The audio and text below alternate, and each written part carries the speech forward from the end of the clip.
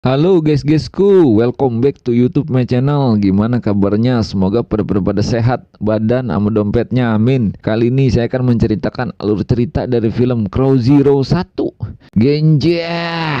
Sebelum kita lanjut ke videonya, jangan lupa ya pada subrek. Oke, langsung aja.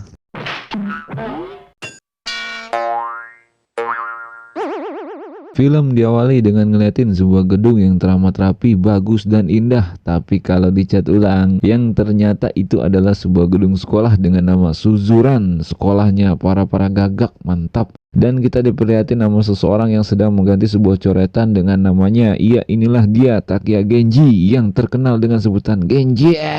Salah satu siswa baru dengan potongan rambut munetnya serta memiliki gaya yang rada petantang petenteng asik. Yang bersama dengan itu ternyata pihak sekolah sedang mengadakan pertemuan para siswa baru. Di sini kita bakal diperlihatin betapa tertib dan disiplinnya siswa di situ. Mantap.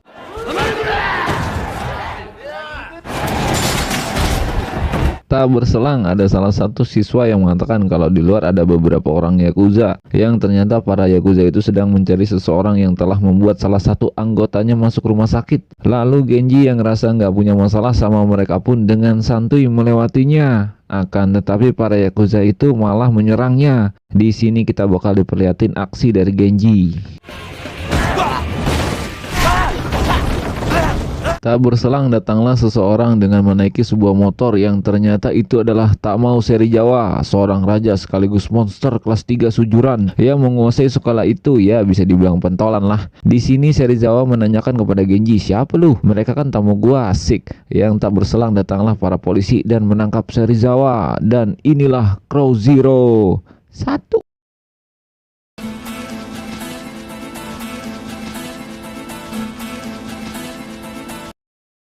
Keesokan harinya, Serizawa dengan para gengnya sedang kongko santuy sambil main slot. Main mahjong. Ini dia Tokyo, salah satu temannya si Genji dan menjadi bestinya si Serizawa. Ini Tokaji, dia adalah otak dari gengnya Serizawa. Dan ini Soji Susumoto, si paling jago judo. Mantap. Di situ Serizawa menanyakan siapa yang berani-beraninya ganti nama gua.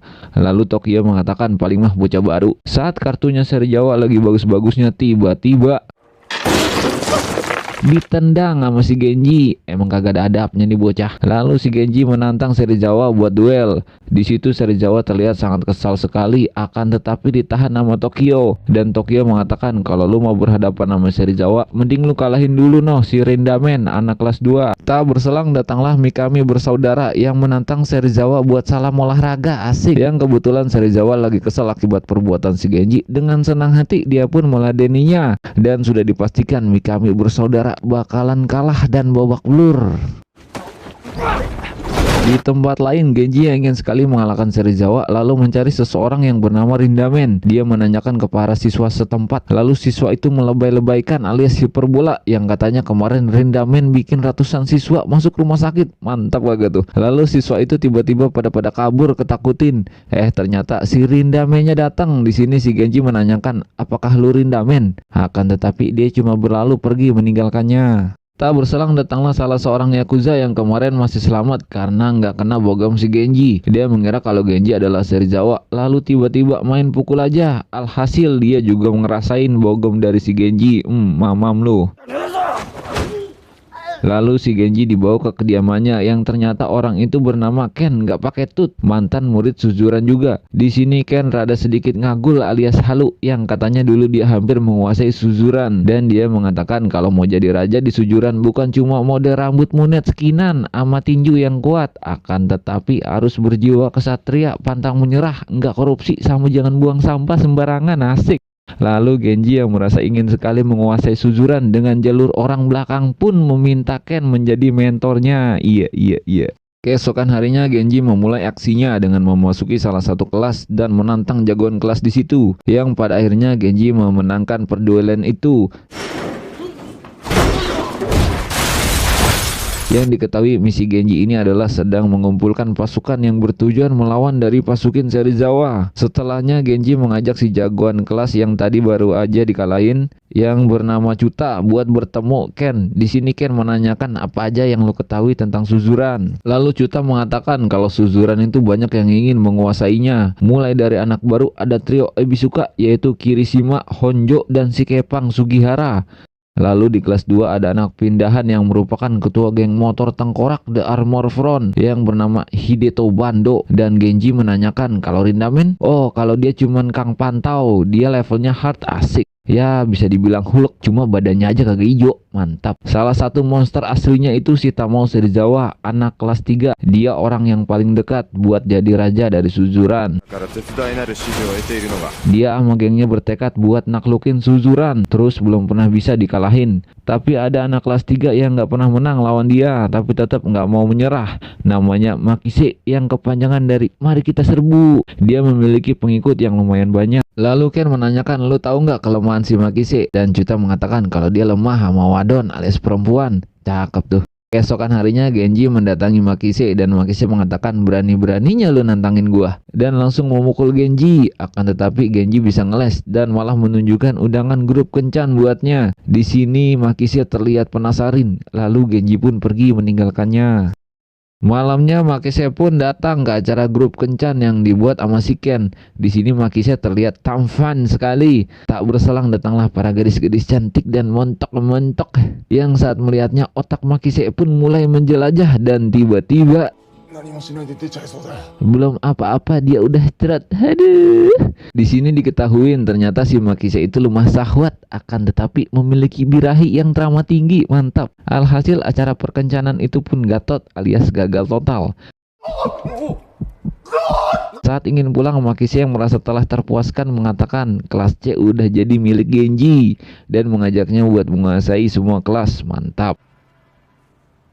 Keesokan harinya saat Serizawa sedang bermain bowling, Soji mendatanginya dan mengatakan kalau Makise udah bergabung sama Genji dan bentar lagi bakal merekrut si Izaki, pimpinan kelas 3D. Di sini Serizawa masih memandang remeh dan mengatakan biarin aja, ntar kita bantai mereka sekaligus, asik. Bersamaan dengan itu Genji mendatangi Izaki dan mengajaknya bergabung, akan tetapi di sini Genji malah dijebak dan pasukin Izaki pun menghajarnya.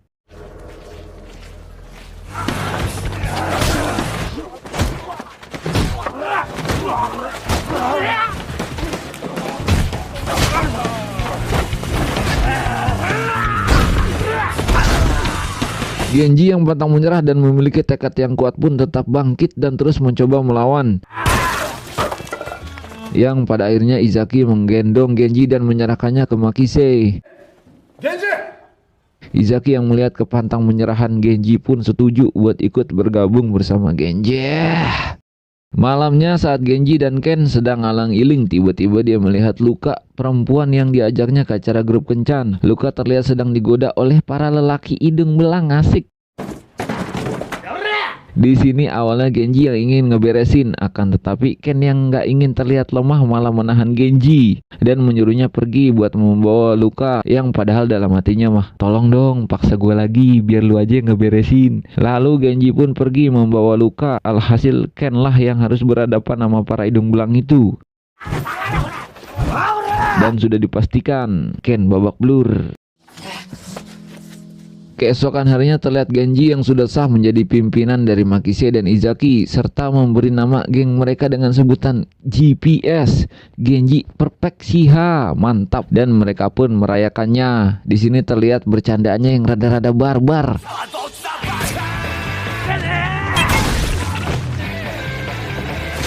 Yang dari atas gedung Serizawa dan Tokyo melihatnya, dan Serizawa pun sudah terlihat ketar-ketir serta mengatakan kalau kita udah nggak bisa lagi ngeremehin tuh bocah. Izaki yang sedang berjalan sendiri tiba-tiba dihadang oleh Tokaji dan pasukinya. Tokaji mengatakan nggak ada pertarungan yang bersih bosku. Rada-rada licik nih orang. Saat Genji dan pasukinya ingin kembali ke kelas, tiba-tiba mereka terkejut karena melihat Izaki yang udah tergantung dengan kaki yang di atas. Di sini Genji terlihat sangat kesal dan pengen ngebales sendirian. Akan tetapi dia ditahan sama Makise. Makise mengatakan kalau lu sampai kalah maka tamat riwayat kita. Malamnya di warkop Mang Asep, saat Genji dan Makise sedang minum-minum, didatangi oleh Serizawa dan Tokyo. Genji yang masih kesal langsung mengajaknya gelut, akan tetapi Mang Asep yang gak pengen warkopnya berantakan nyuruh gelut di luar aja. Mantap. Dan tiba-tiba Tokyo terjatuh, yang ternyata dia mempunyai riwayat penyakit kanker otak dan diharuskan buat dioperasi. Keesokan harinya di sekolah, Genji yang teramat kesal membabi buta menghajar semua siswa yang bertujuan agar pasukannya bisa bertambah, agar bisa menandingi pasukan dari si Serizawa. Akan tetapi Makise yang gak senang dengan caranya Genji malah mundur dan gak mau lagi mengikuti Genji. Malamnya Genji menemui Ken dan Ken pun menceramahinya, kalau lu jangan putus asa, lu harus jadi lelaki sejati dan lu kan udah janji bakal mencapai puncak dan menjadi raja suzuran. Di sini Genji membongkar rahasianya yang kalau dia pengen jadi raja sujuran cuman mau mengalahkan bapaknya karena bapaknya menganggap remehnya. Lalu Ken bertanya, emang bapak lu kerjanya apa? Genji menjawab, kalau bapak gue manusia silver. Mantap. Bukan, kalau bapak gue pimpinan Yakuza klan Ryusikai. Lalu Ken bertanya, berarti lu anaknya Hideo? Lalu Shin pun berpindah ke anak buahnya Serizawa. Di sini Tokaji berniat licik lagi dengan memanfaatkan Bando buat menculik cem-cemannya si Genji, yaitu Luka. Dengan imbalan Tokaji bakal memberikan sebagian anggotanya buat si Bando.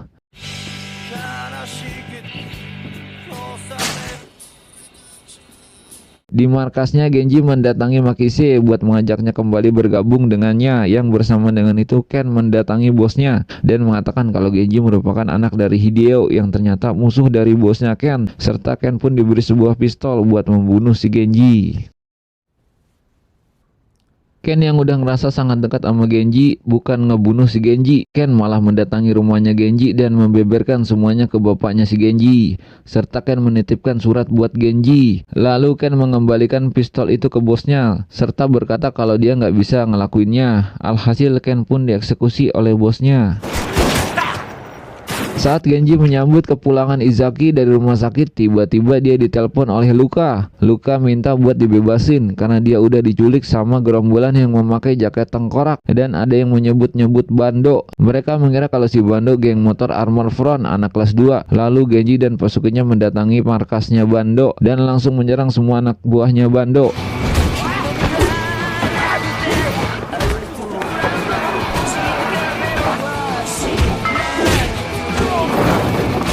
Setelah menghajar sebagian anak buahnya si Bando, Genji sadar kalau nggak ada gambar tengkorak di jaketnya pasukin Bando. Lalu Bando yang ngerasa kesal karena pasukinya udah dibantai Genji dan kawan-kawan pun meminta ganti rugi dengan menukarkannya sama kupingnya si Genji, sadis. Lalu Genji yang sangat gentle sekali mengambil pisau dan memotong kupingnya sendiri. Akan tetapi ditahan sama Bando, yang ternyata si Bando cuma ngetes kejantanan dari si Genji. Asli jantannya mirip sama gue nih si Genji.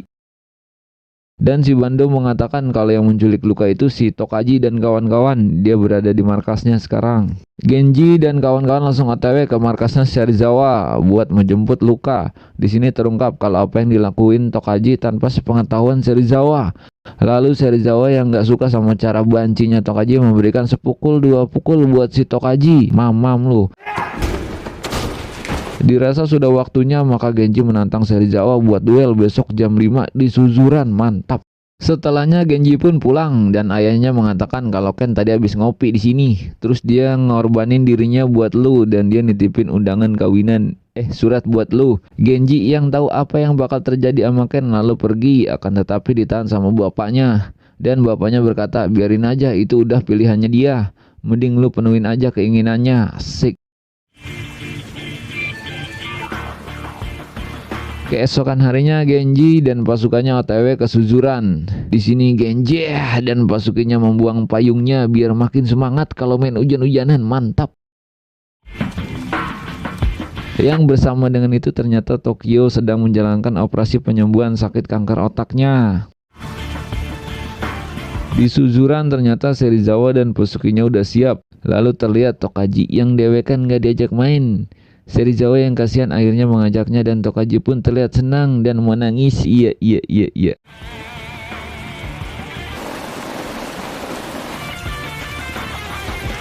Di bawah guyuran hujan Genji pun mulai menyerang.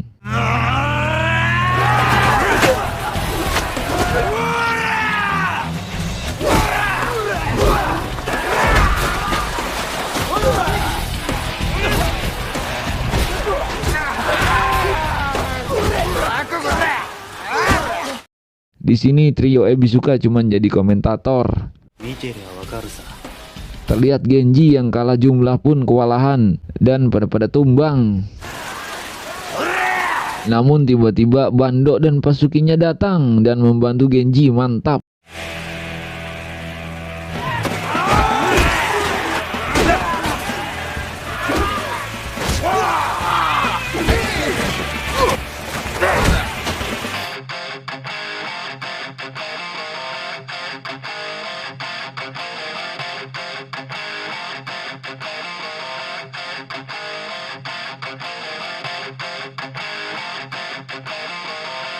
Saat yang tersisa tinggal Genji dan Serizawa, kita bakal diperlihatin dengan mengibaskan rambutnya. Hujan pun reda. Mantap nih si Genji. Kalau jadi pawang di sini pasti saingan sama Barara. Iya.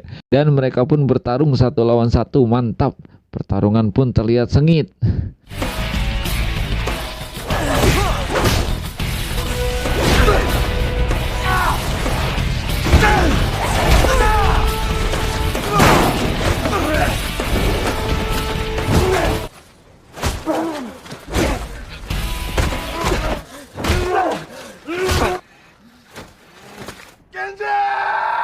Dan akhirnya Genji pun memenangkan duel itu.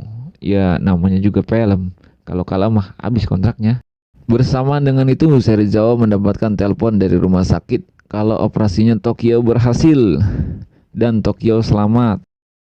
Ken juga ternyata masih hidup. Jas yang diberikan bosnya merupakan jas anti peluru. Mantap. Dan di akhir cerita Serizawa dan Tokyo mendatangi Genji buat menyaksikan pertarungan Genji dengan Rindamen, yang kalau belum mengalahkannya Genji belum resmi jadi penguasa Suzuran. Tamat. Gimana filmnya? Menurut saya di sini mengajarkan kalau mau mendapatkan sesuatu jangan lembek sama pantang menyerah. Kayak saya yang lagi ngejar biar cepat dimonet channelnya. Curhat. Di sini biar muridnya pada kacau tapi tetap rajin masuk. Di sini biar muridnya pada kacau tapi tetap rajin masuk. Ora pernah bolos, ama selalu disiplin pakai seragam. Mantap. Cuman yang saya heran kagak ada adegan belajarnya. Udah capek saya bacot mulu. Jangan lupa ya pada subrek biar makin getol saya bikin videonya. Sampai ketemu di video-video selanjutnya. Si Genji pergi ke Depok. Cakep. Dadah. Iya.